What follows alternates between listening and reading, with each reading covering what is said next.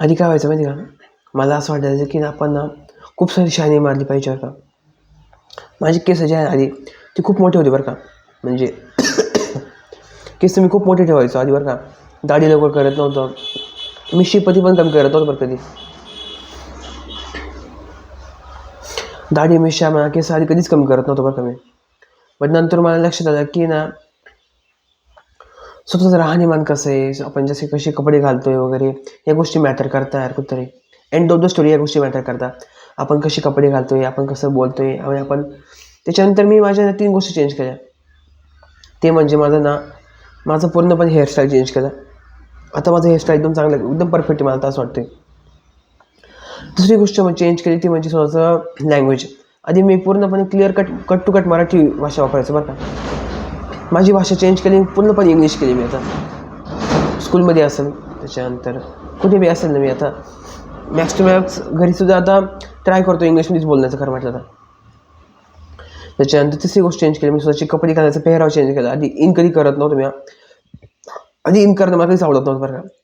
In करायला लागलं, स्वतःचं पूर्ण वेश पूर्ण चेंज करून टाकला, स्वतःचं पूर्ण कॅरेक्टर चेंज करून टाकलं. आणि आता असं वाटतं की मी एकदम बरोबर मोडमध्ये. पण एक तरी कोणतरी गोष्ट अजून बी आहे ती राहिली आहे खरं म्हटलं तर. ती कोणती गोष्ट राहिली मला ती कळत नाही.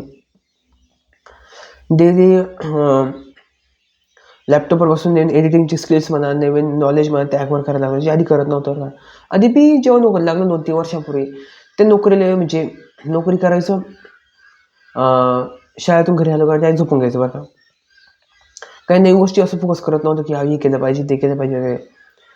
त्यावेळेस काही कळतच नव्हतं पहिली गोष्ट म्हणजे.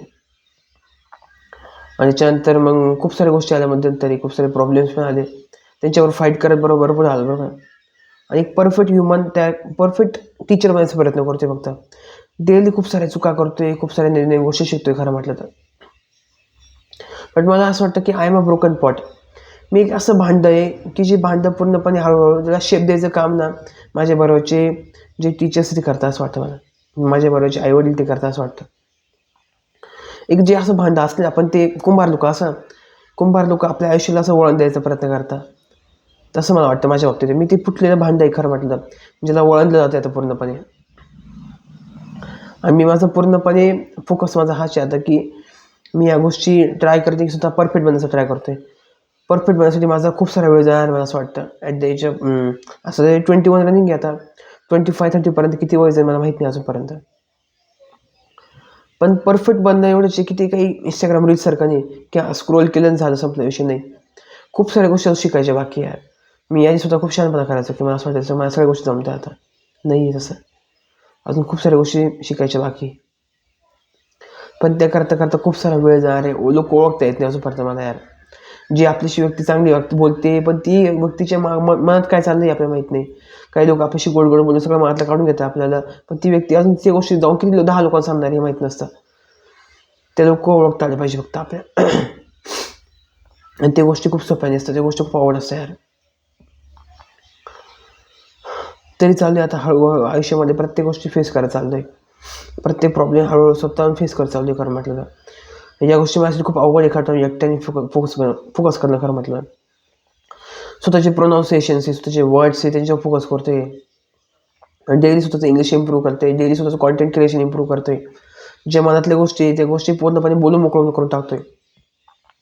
आणि मला असं वाटतं की यूट्यूब हा एक चांगला क्रायटेरिया कॉस्ट आहे माहिती का. म्हणजे यूट्यूब हा चांगला प्लॅटफॉर्म आहे अशा लोकांसाठी जे टॉकेटिव्ह आहे खरं म्हटलं. टॉकेटिव्ह म्हणजे बडबड करणारे, ओव्हर थिंकिंग करणारे खूप सारे. आता जे बी मला प्रॉब्लेम्स वाटतं माझ्या आयुष्यातले सगळे बोलून दाखवणार फक्त मी. याच्याने काय होणार माहिती का, माझे 2 फायदे होणार आहे. यूट्यूबवर माझे व्हिडिओज म्हणा, Instagram माझे रील्स वाढणार आहे. आणि एक वेळेस म्हणजे माझ्या आयुष्यात जे दुःख आहे ते मी बोलून मोकळं करू शकणार खरं म्हटलं तर. आणि मला असं वाटतं जेव्हा मी या गोष्टी बोलून मोकळं करतो मला तेव्हा बरं खूप वाटतं जेव्हा. ठीक आहे, धन्यवाद.